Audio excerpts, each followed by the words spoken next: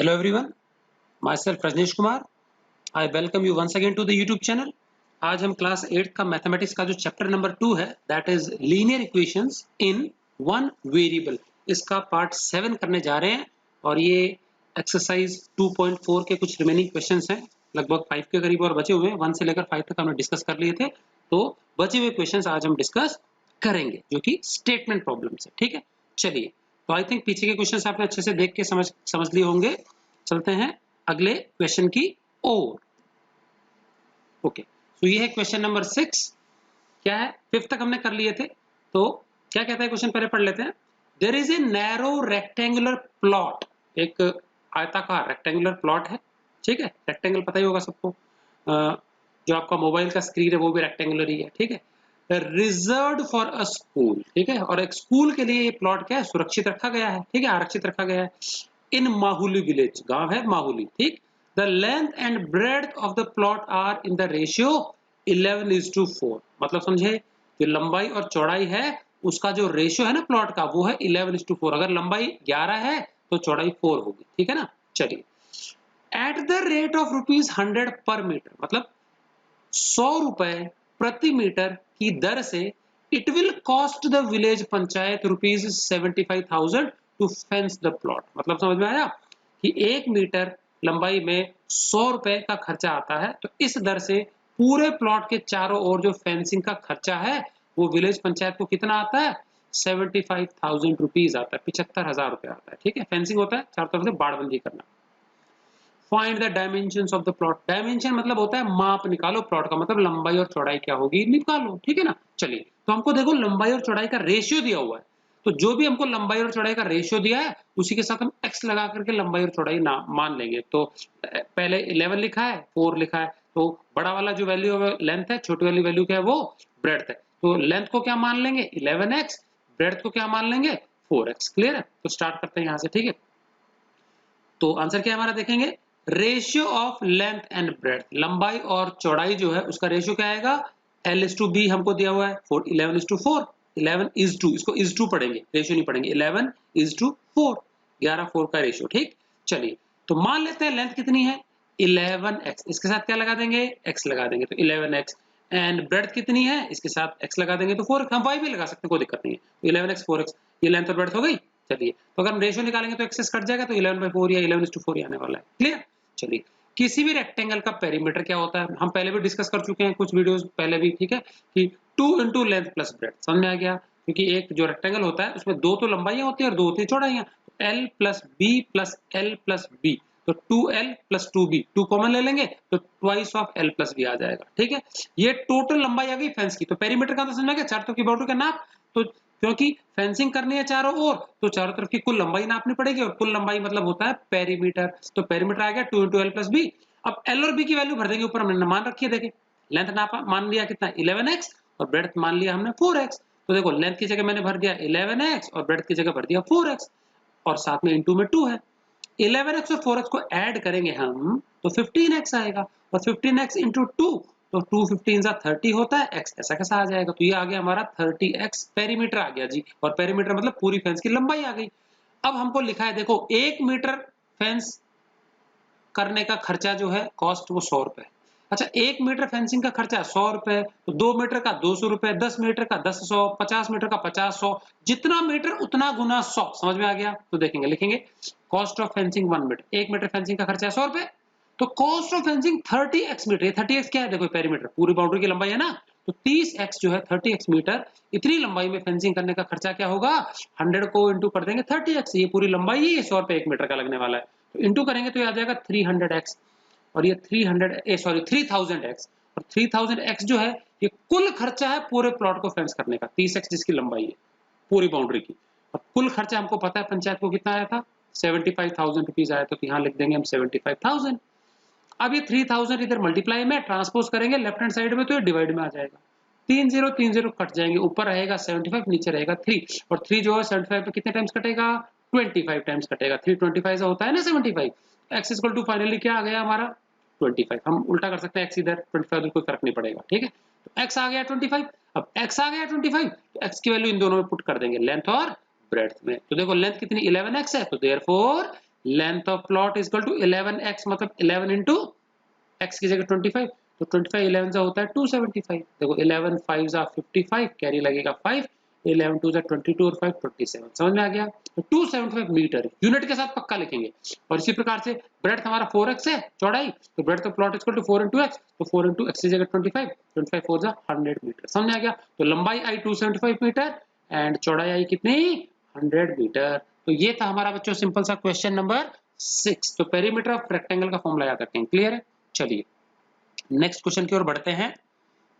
Okay, ये हमारा question number 7 है और ये थोड़ा सा मुश्किल तो नहीं है लेकिन लेंदी है। ठीक है, आपको बच्चों मैंने 7th क्लास में क्या है प्रॉफिट और लॉस के फॉर्मूले को समझाया था, आपको ध्यान आ रहा होगा। ठीक है कि नहीं? क्या तो यहाँ पे कुछ वही हमारे एसपी सीपी इसके फॉर्मूले यूज होने वाले हैं। ठीक है, प्रॉफिट लॉस परसेंट आपको कुछ ऐसा दिया होगा। ठीक है, चलिए Hasan buys 2 kinds of cloth material. Hasan पता है क्या है? एक शॉपकीपर है जो कि स्कूल की यूनिफॉर्म का कपड़ा बेचता है। ठीक है, तो बेचने से पहले खरीदना पड़ेगा उसको।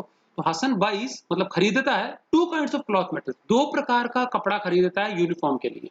कौन सा कपड़ा? एक तो है शर्ट मटेरियल और एक है ट्राउजर मटेरियल। अब शर्ट मटेरियल अलग कीमत में आता है, ट्राउजर मटेरियल की अलग प्राइस है। तो क्या देखो, शर्ट मटेरियल कॉस्ट हिम ₹50 पर मीटर। समझ में आ गया? तो शर्ट का जो मटेरियल है वो लागत कितनी आती है उसको? ₹50 प्रति मीटर की लागत आती है। ठीक है, and trouser material cost him ₹90 पर मीटर। और जो ट्राउजर ट्राउजर मतलब जो पैंट्स और स्कर्ट्स का जो मटेरियल है वो ₹90 प्रति मीटर के हिसाब से उसको पड़ता है, इतना उसको कॉस्ट आती है। ठीक है, अच्छा अब क्या है बताओ? For every 3 metre of shirt material, 3 metre shirt material के लिए वो ही buys 2 metre of trouser material. मतलब समझ आ गया? अगर 3 मीटर शर्ट मटेरियल खरीदता है तो ट्राउजर खरीदता है 2 मीटर। मतलब क्या है? ट्राउजर का कपड़ा कम लगता है, शर्ट का कपड़ा ज्यादा लगता है। एक एवरेज पर्सन सिलाएगा तो एक फुल्ली ग्रोन पर्सन है तो 120 सेंटीमीटर, 1.25 मीटर कपड़ा पैंट का लगता है ट्राउजर का, और 2 2.25 मीटर शर्ट का, तो शर्ट का वजन ज्यादा लगता है। ठीक है, तो वो क्या कह रहा है कि वो अगर 3 मीटर कपड़ा शर्ट के लिए खरीदता है तो ट्राउजर का 2 मीटर खरीदता है, तो मतलब शर्ट का ज्यादा है वो कम, तो इनका रेशियो 3:2 हो जाएगा। मतलब शर्ट इज टू ट्राउजर 3:2, अगर ये 3 है तो वो 2। क्लियर है? चलिए फिर क्या खरीद लाया बहुत सारा, फिर ही सेल्स द मटेरियल। अब उनको बेचता है और शॉपकीपर है तो सीधी बात है फायदा तो लेना चाहेगा। तो कैसे बेचता है? He sells the materials at 12% and 10% profit respectively, क्रमशः रिस्पेक्टिवली। इसका मतलब है पहले किसका नाम दिया था? शर्ट मटेरियल, तो शर्ट मटेरियल को बेचता है 12% प्रॉफिट पे एंड ट्राउजर मटेरियल को बेचता है 10% प्रॉफिट पे। क्लियर है? रिस्पेक्टिवली का मतलब ये पहले वाला पहला, दूसरे वाला दूसरा। तो शर्ट वाला मटेरियल 12% प्रॉफिट पे एंड ट्राउजर मटेरियल 10% प्रॉफिट बेचता है। क्लियर है? His total sale is ₹36,600। मतलब टोटल बिक्री करने के बाद में उसको कितना प्राप्त होता है? मूल्य टोटल मिला करके सेलिंग प्राइस कितनी मिल जाती है पूरे कपड़े की? 36,600 मिल जाती है बिक्री के बाद में। तो पूछ रहा है कि उसने ट्राउजर मटेरियल कितना खरीदा। हम दोनों ही निकाल लेंगे, शर्ट भी निकाल लेंगे और ट्राउजर निकाल लेंगे। ट्राउजर मटेरियल कितना खरीदा, समझ में आ गया? चलिए, तो हमको एक चीज तो पता है कि शर्ट अगर 3 खरीदता है मीटर तो ट्राउजर 2, तो 3:2 का रेशियो होगा। तो सबसे पहले लिखेंगे ratio of 2 kinds of materials. क्या मटेरियल 2 प्रकार का है? Shirt and trouser. ये टी है, एल नहीं है। ठीक है, मटेरियल्स। तो ratio of 2 kinds of materials क्या है? शर्ट और ट्राउजर। ठीक है, शर्ट एंड ट्राउजर जो है उसका रेशियो कितना? 3:2। समझ में आ गया? शर्ट अगर 3 है तो ट्राउजर 2। तो हम क्या मान लेंगे? लेट जो शर्ट मटेरियल खरीदा गया वो टोटल है 3x, इसके साथ x लगा लेंगे, एंड ट्राउजर मटेरियल के साथ क्या लगा लेंगे? x लगा लेंगे, तो 2x हो जाएगा। तो लेट शर्ट मटेरियल कितना खरीदा? 3x metre, and trouser material कितना खरीदा? 2x metre. जब भी रेशियो का मामला आता है तो हमेशा x लगा करके मान लेना। तो शर्ट मटेरियल इतना लंबा और ट्राउजर मटेरियल इतना लंबा। चलिए लंबाई पता लग गई। अब आगे पढ़ते हैं। देखो रेट दिया हुआ है, शर्ट मटेरियल जो है 1 मीटर 50 रुपए का है, वो 90 रुपए का है 1 मीटर। तो मुझे बताओ अगर 1 मीटर 50 रुपए मिल रहा है तो 2 मीटर 2 गुना 50, 3 मीटर 3 गुना 50, तो इतना metre 3x metre, 3x into 50। तो हम निकाल लेंगे total cost of shirt material. Shirt material जो है 50 रुपए प्रति मीटर की दर से कुल लागत कुल पैसा कितना लगेगा? उसका कुल अमाउंट कितना लगेगा? 50 रुपीज 1 मीटर का इंटू 3x मीटर खरीदा। इंटू कर देंगे, इसको समझ में आ गया भाई? 3x मीटर खरीद रहा है और 1 मीटर का 50 रुपए, तो इंटू कर देंगे तो टोटल रुपीज आ जाएगा शर्ट मटेरियल का। तो 53 हो गया, 150x आ गया। तो 150x इतना रुपीज लगेगा उसको शर्ट मटेरियल को, इतने में खरीदेगा वो। ठीक है, इसी प्रकार से ट्राउजर मटेरियल का टोटल कॉस्ट निकाल लेंगे। 1 मीटर का 90 रुपीज है तो 2x मीटर का कितना होगा? तो 90 इंटू 2x आ जाएगा and that will be 180x rupees. ठीक है, तो यहाँ पे रुपीज लगा लेंगे। क्लियर? तो ये हो गया हमारा शर्ट मटेरियल का total value, total cost. And trouser material का टोटल कॉस्ट। सीपी आ गया दोनों का। चलिए अब बेच कैसे रहा है हमने पढ़ा है, देखो इधर कि 12% प्रॉफिट तो शर्ट मटेरियल पे, 10% प्रॉफिट किस पे, ट्राउजर मटेरियल पे। और हमको पता है जब भी प्रॉफिट परसेंट होता है तो सेलिंग प्राइस कैसे निकालते हैं, देखेंगे। सेलिंग प्राइस निकालना है तो ब्रैकेट इनटू सीपी, मैं एक बार यहाँ रिकलेक्ट करवा दूं। सेलिंग प्राइस निकालना है तो ब्रैकेट इनटू सीपी, और सीपी निकालना है तो ब्रैकेट इनटू एसपी। क्लियर है? तो फिलहाल हमको एसपी निकालना है तो ब्रैकेट इनटू सीपी, एसपी निकालना है दोनों का, ब्रैकेट इनटू सीपी। ये क्लियर है? चलिए अब ब्रैकेट में आएगा समथिंग अपॉन समथिंग, कुछ आएगा समथिंग अपॉन समथिंग, ब्रैकेट से। क्लियर है? अब उस समथिंग अपॉन समथिंग में से एक जगह 100 है, अब पता नहीं कहां पे, लेकिन एक जगह 100 है। कहां 100 है उसका याद करने का तरीका बता दूं मैं आपको। अगर हम सेलिंग प्राइस निकाल रहे हैं एसपी, एसपी देखो साउथ पोल होता है, और साउथ पोल कहां होता है, नीचे की ओर होता है ना। तो एसपी मतलब 100 नीचे रखना है। अच्छा अगर हम निकालते हैं यहाँ पे, अगर यहाँ पे क्या होता है, सीपी होता, तो सीपी मतलब छत पर, सीलिंग पर, तो ऊपर रख देते 100। समझ में आ गया? तो अगर एसपी निकाले साउथ पोल नीचे 100 रखेंगे, सीपी निकाले ऊपर छत पर 100 रखेंगे। समझ में आ गया कि नहीं गया? तो फिलहाल यहाँ पे दोनों में एसपी निकाला, नीचे 100 आ गया। ठीक, अब ऊपर जो है ना, जो रह गया हमारा, वहां पे क्या आएगा, 100 प्लस प्रॉफिट परसेंट। मैंने 100 के साथ देखो, अगर प्रॉफिट परसेंट आता है तो प्लस में आएगा, क्योंकि सीधी बात है प्रॉफिट जो होता है धन को बढ़ाता है, ठीक है ना, और जो लॉस है वो धन को घटाता है। समझ में आ गया कि नहीं गया? तो 100 प्लस उसका धन बढ़ेगा तो 100 प्लस प्रॉफिट परसेंट करना है, लॉस आएगा तो 100 माइनस करना है। समझ में आ गया? तो फिलहाल दोनों में प्रॉफिट है तो मैंने यहाँ पे भी 100 प्लस प्रॉफिट परसेंट, यहाँ पे भी 100 प्लस प्रॉफिट परसेंट। सीपी निकालते हैं तो ये चीज नीचे आती, ये चीज नीचे आती, 100 ऊपर आती। समझ में आ गया? फिलहाल एसपी निकालना है। क्लियर है फॉर्मूले दोनों? तो SP equal to south pole मतलब 100 नीचे आएगा तो ऊपर 100 प्लस प्रॉफिट परसेंट, और साथ में यहाँ सीपी। चलिए दोनों का निकालते हैं। शर्ट की बात हो रही है, 100 प्लस शर्ट में प्रॉफिट परसेंट 12, 12 नीचे अपॉन में 100, और सीपीएम निकाल चुके शर्ट का कितना है, ये देखिए 150x। क्लियर है? ये आ गया हमारा 150x। क्लियर? चलिए अब ये हो गया 112, नीचे आ गया 100, ये आ गया 150x। ये दोनों 50 से कटेंगे, 50 तो 2 जा और 50 3 जा, तो यहाँ 3 आ जाएगा, यहाँ 2 आ जाएगा। और 2 से 112 कितनी बार में कटेगा, 56 बार में। देखो 2 5 जा तो 10, 5 जा 10 आ गया, और 10 गया 11 में से तो 1 बचेगा तो 12 हो जाएगा ये, और 2 6 जा 12, तो ये आएगा 56, और यहाँ बचा 3x। 56 3 जा होता है 168, इंटू कर लेंगे तो हमको सेलिंग प्राइस आ गया शर्ट का। वो शर्ट जो इसने 150x रुपए में खरीदी थी, वो कितने बेची, 168x में, प्रॉफिट कमा करके 12%। ठीक है? सेम तरीका हम ट्राउजर्स के लिए निकाल लेंगे selling price, formula same to same है। चलिए 100 प्लस प्रॉफिट परसेंट इस बार 10, सीपीएम को 180x पता है, नीचे 100 आ जाएगा। 100 प्लस 10 110, अपॉन में 100 आ गया, ये 180x आ गया, सेम टू सेम। ठीक है कि नहीं? क्या? चलिए अब देखेंगे ऊपर देखो एक जीरो ये रहा, एक जीरो, कुल मिला के 2 जीरो है, तो नीचे से दोनों जीरो काट देंगे, नीचे 1 कुछ नहीं होता, तो 11 इंटू 18 कर लेंगे, 18 11 से होता है 198x। ये आ गया जी हमारा सेलिंग प्राइस किसका, ट्राउजर मटेरियल का। तो देखो दोनों का सीपीएम को पता है, ये रहा, दोनों का एसपी पता है हमको, ये रहा। समझ में आ गया? अब ये क्या कह रहा है, टोटल एसपी लिखा था ना, देखो इसने दिया है टोटल सेलिंग प्राइस, बेचने के बाद में इतना रुपए मिल रहे हैं उसको 36,600, तो हम लिख देंगे टोटल सेलिंग प्राइस 36,600 रुपीज है। तो टोटल सेलिंग प्राइस कैसे आएगा, इन दोनों को जोड़ देंगे तो 168x प्लस 198x, इनको जोड़ने से आ जाएगा ये। चलिए अगर इनको जोड़े हम तो x को जोड़ने से x में आंसर आएगा, 8 प्लस 8 16 का 6 कैरी लग गया 1, 1 और 9 10, 10 प्लस 6 16 का फिर 6, फिर कैरी लग गया 1, 1 प्लस 1 2 प्लस 1 3, ये आ गया 366x, और यहाँ पे है 36600।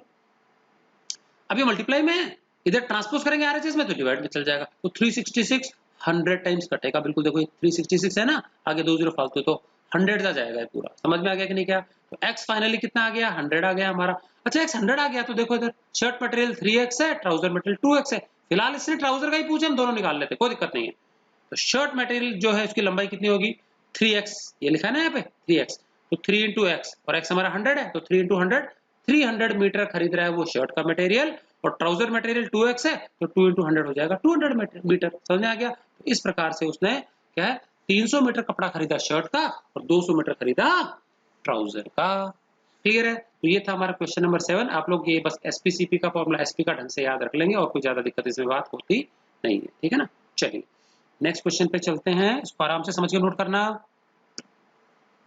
ओके क्वेश्चन नंबर 8, ये थोड़ा बोर्ड अच्छा लग रहा है ना आपको, ब्लू बोर्ड? हाँ चलिए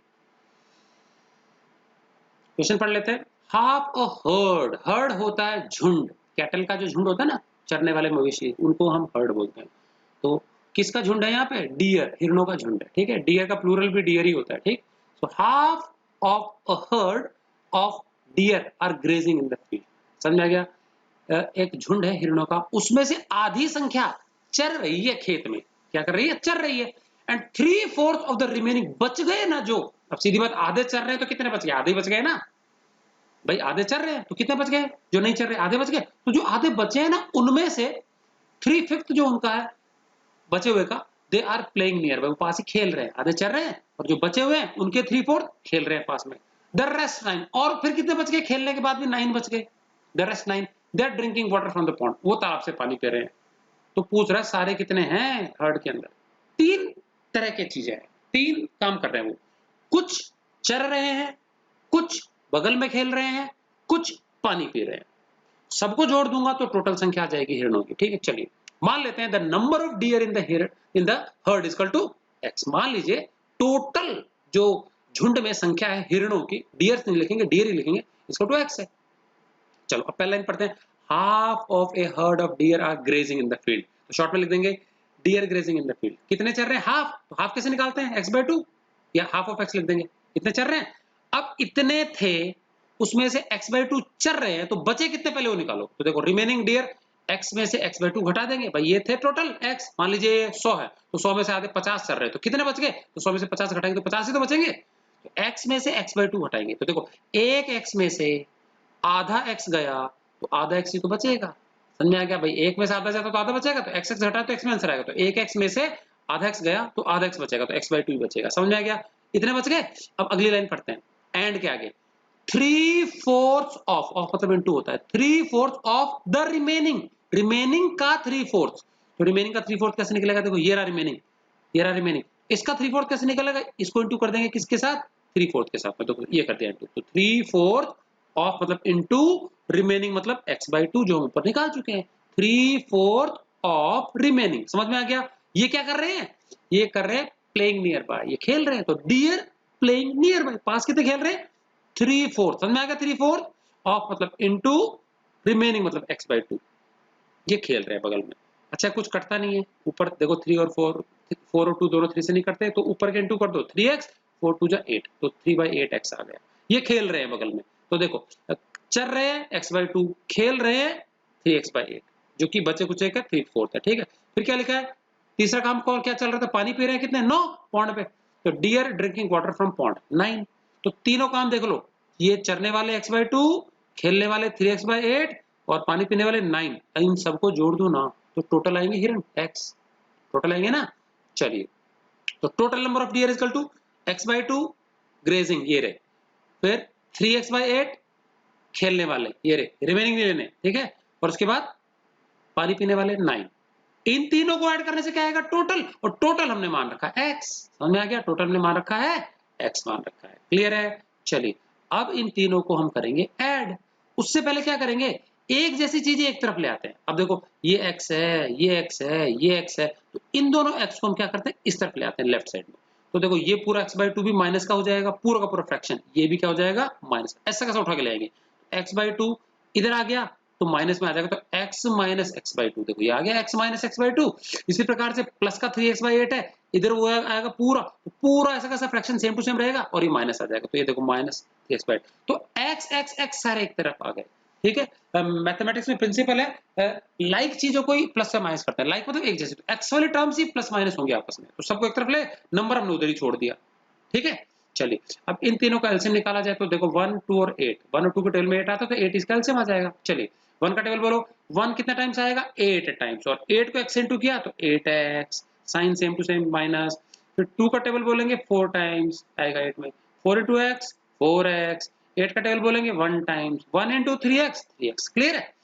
अब 8x को ऐसे कैसे लिख लेते हैं प्लस का, ये दोनों माइनस के हैं, माइनस का 4x और माइनस का 3x, माइनस की दोनों संख्याएं जोड़ेंगे तो माइनस में ही आंसर आएगा, तो माइनस का 7x आ जाएगा। ये आ गया माइनस का 7x, नीचे से इधर से, ठीक है। चलिए 8x में से 7x माइनस किया तो क्या आएगा? 1x, तो 1 लगाने की जरूरत नहीं, x बचा और ये 8 बचा, नीचे इधर बचा 9। और इसको ट्रांसपोज कर देंगे तो डिवाइड से जरा के मल्टीप्लाई में हो जाएगा। तो x इक्वल टू आया 9 into 8 एंड 9 8 जा कितना होता है 72। तो x आ गया हमारा 72 और x 72 आ गया तो ये तो टोटल हिरणों की संख्या थी झुंड में, तो यही तो निकालना था हमको। तो therefore total number of deer in the herd is equal to 72। झुंड में कुल हिरणों की संख्या 72 होगी। क्लियर है? ये निशान हटा देते हैं, हमारा काला जो लग गया है हट गया।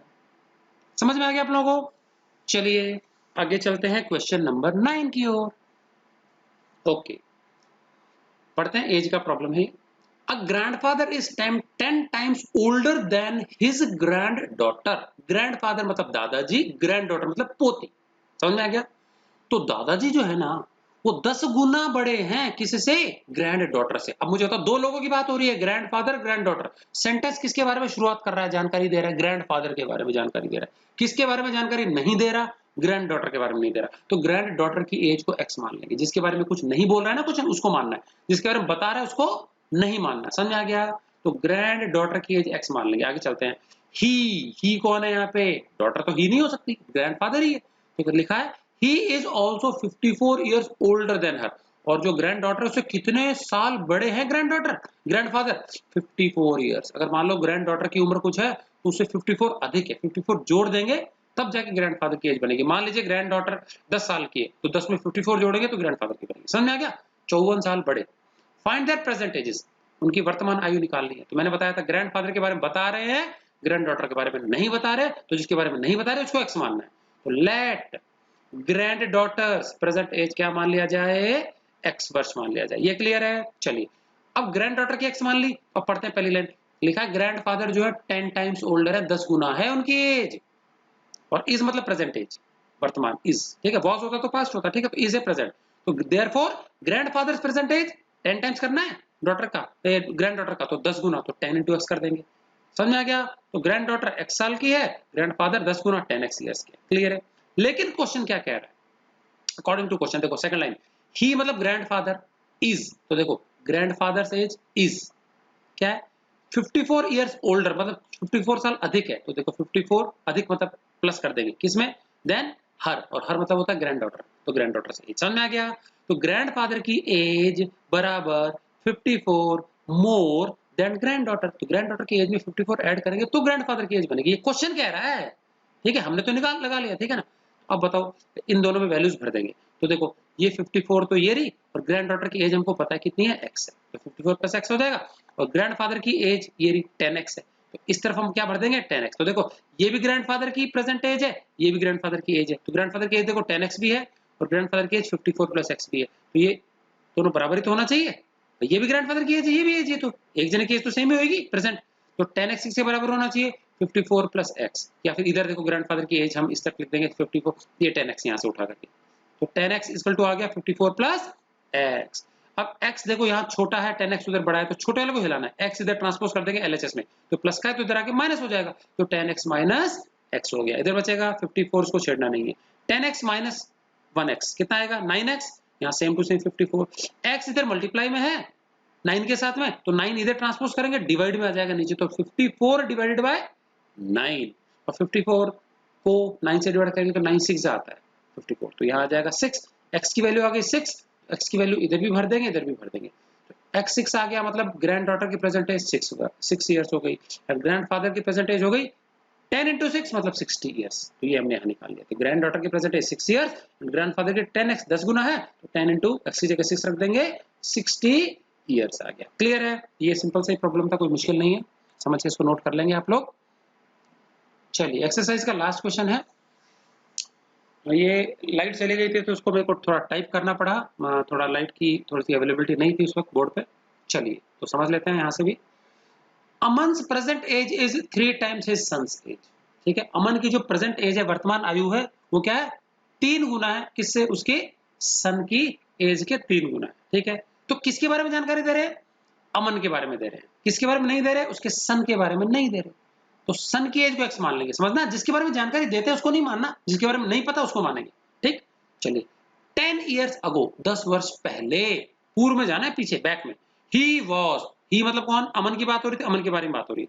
ही was 5 times his son's age. Aman जो था अपनी सन की एज का 5 गुना ही था। समझ में आया? तो कह रहा है अब जो है ना प्रेजेंट में अमन 3 गुना है सन की एज का, 10 साल पहले 5 गुना था सन की एज का। तो दोनों केसेस में अमन के बारे में जानकारी दी जा रही है, सन के बारे में नहीं है, तो उनकी प्रेजेंटेज निकालनी है। स्टार्ट करते हैं। लेट जानकारी किसके बारे में नहीं है? सन के बारे में। तो लेट अमन सन्स प्रेजेंटेज, अमन के बेटे की आयु वर्तमान x वर्ष है। चलो बेटे की मान ली, तो बताओ अमन की कितनी है? पढ़ो पहली line. Aman present age 3 times his son's age, और इज मतलब प्रेजेंट बोल रहा है, तो 3 गुना कर देंगे। तो अमन का सन की तो है x, तो अमन की कितनी हो जाएगी? 3x हो जाएगी। 3 गुना कर दिया तो दोनों की आ गई जी हमारे पास। अब क्वेश्चन हमको कहां ले जाना चाह रहा है? 10 साल पीछे। तो मुझे बताओ अगर किसी की वर्तमान एज पता है तो 10 साल पहले कितनी होगी? 10-10 कम हो जाएगी, कम कर देंगे ना भाई। कुछ वर्ष बाद में जाना है उतना जोड़ देंगे, कुछ वर्ष बैक में जाना है उतना कम कर देंगे। तो दोनों की एज हमको निकालनी है 10 साल पहले। क्वेश्चन 10 साल पहले ले जा रहा है हमको, तो 10 years ago son's present age was, इसकी जगह वाज हो जाएगा, ठीक है। तो सन की प्रेजेंटेज कितनी थी? अच्छा अभी x है, तो 10 वर्ष पूर्व क्या थी? 10 घटा दो, x माइनस 10 ईयर्स। समझ में आ गया? इसी प्रकार से जो अमन है उसकी प्रेजेंटेज अब 3x है, तो 10 वर्ष पहले कितनी थी? इसमें से भी 10 घटा दो, तो दोनों 10-10 साल छोटे कर दिए हमने 10 साल पहले, ठीक है। दोनों क्या आ गई? तो 10 साल पहले हमने तो ये निकाली अपना दिमाग लगा के, 10-10 कम कर दिया। क्वेश्चन कुछ और ही कह रहा है, क्वेश्चन की भी सुन लेते हैं अभी क्या कह रहा है। तो but according to question 10 years को क्या हुआ? 10 साल पहले क्वेश्चन क्या कह रहा है? ही मतलब Aman was 5 times his son's age. तो लिखा है अमन्स एज, वाज मतलब है या थी 5 गुना सन की एज के। यहां से लिखा देखो, ही मतलब अमन्स एज, वाज मतलब इज इक्वल टू थी, 5 टाइम्स मतलब 5 गुना सन्स एज। तो ये मैंने वर्ड्स में लिख दिया। अमन्स एज, क्वेश्चन कह रहा है 10 साल पहले, अमन्स एज वाज मतलब थी, कितनी थी? 5 गुना सन्स एज। क्लियर है? तो शब्दों में लिख दिया। चलिए अब ये जो यहाँ एज लिखनी है 10 साल पहले की लिखनी है, 10 साल पहले की नीचे है, ऊपर वाली नहीं उठा लेना। 10 साल पहले की बात हो रही है ना यहाँ पे। तो 10 साल पहले की अमन की एज बताओ। 10 साल पहले की अमन की एज है 3x माइनस 10, तो यहाँ लिख देंगे 3x माइनस 10, 5 इंटू ऐसा कैसा। और सन की एज 10 साल पहले की ये रही x माइनस 10, तो लिख देंगे x माइनस 10। ध्यान रखेंगे ये 10 साल पहले वाली लेनी है, ऊपर वाली नहीं ले लेनी, ठीक है ना, क्योंकि 10 साल पहले की बात हो रही है। हो गया ये? चलिए 3x माइनस 10 ऐसा कैसा। बॉडमास रूल, ब्रैकेट ओपन करना है तो पहले 5 को दोनों से इंटू करना पड़ेगा। 5 इंटू एक्स 5x, 5 इंटू 10 करेंगे, माइनस का है तो माइनस का 50 आ जाएगा। क्लियर है? चलिए अब वेरिएबल एक तरफ, 5x 3x एक तरफ और 50 10 एक तरफ। 5x बड़ा है तो इसको नहीं हिलाएंगे, 3x को हिलाएंगे। 3x को इस तरफ ले आते हैं, लेफ्ट राइट हैंड साइड में। तो 5x वहीं रखा हमने, 3x प्लस का था, पीछे कोई निशान नहीं तो मतलब प्लस, तो इधर आएगा तो माइनस का हो जाएगा। तो 5x माइनस 3x, ये चीज समझ में आ गई। माइनस 10 को छेड़ना नहीं, उधर ही रखना है। माइनस 50 इधर आएगा तो प्लस 50 हो जाएगा। तो देखो मैंने प्लस 50 शुरू में लिख दिया, समझ आएगा? शुरू में प्लस का, बाद में। तो 10 को नहीं छेड़ा हमने, ऐसा कैसा। इधर 5 को नहीं छेड़ा, ऐसा कैसा। 50 इधर जाके प्लस का हो गया, 3x इधर आके माइनस का हो गया। 5x में से 3x गया तो बचेगा कितना? 2x। तो ये देखो यहाँ 2x बच गया इस तरफ, तो इसका स्टेप आगे है और करके मैंने लिखा आगे। तो राइट साइड में देखो 5x में से 3x गया तो कितना बचा? 2x। और लेफ्ट साइड में 50 में से 10 माइनस किया तो बचा 40, तो 40 इक्वल टू 2x आ गया। अब 2 को लेफ्ट साइड में भेजेंगे तो 40 के नीचे आएगा डिवाइड में, यहाँ मल्टीप्लाई में ना, तो x इक्वल टू क्या आ जाएगा? 40/2, और 40/2 हमको पता है कितना होता है, 20 आ जाएगा कट के। x कितना आ गया? Therefore x is equal to 20। अब अगर x 20 आ गया तो इसमें रख दो दोनों में। तो अमन का जो सन है उसकी प्रेजेंटेज 20 ईयर्स, एंड अमन की प्रेजेंटेज 3 इंटू एक्स की जगह 20, तो 3 20 is 60। तो therefore son's present age is equal to 20, x ही आ जाएगी 20 ईयर्स, एंड अमन की प्रेजेंटेज 3x है तो 3 इंटू 20 कितना हो जाएगा? 60 ईयर्स हो जाएगा। तो ये था बच्चों आज का हमारा क्वेश्चन नंबर 10, और इसी के साथ आपकी एक्सरसाइज 2.4 खत्म होती है। समझ के सारे क्वेश्चंस अच्छे से नोट कर लेंगे, ठीक है। नेक्स्ट वीडियो में हम डिस्कस करेंगे एक्सरसाइज 2.5। ओके, तब तक के लिए good bye and thank you for watching.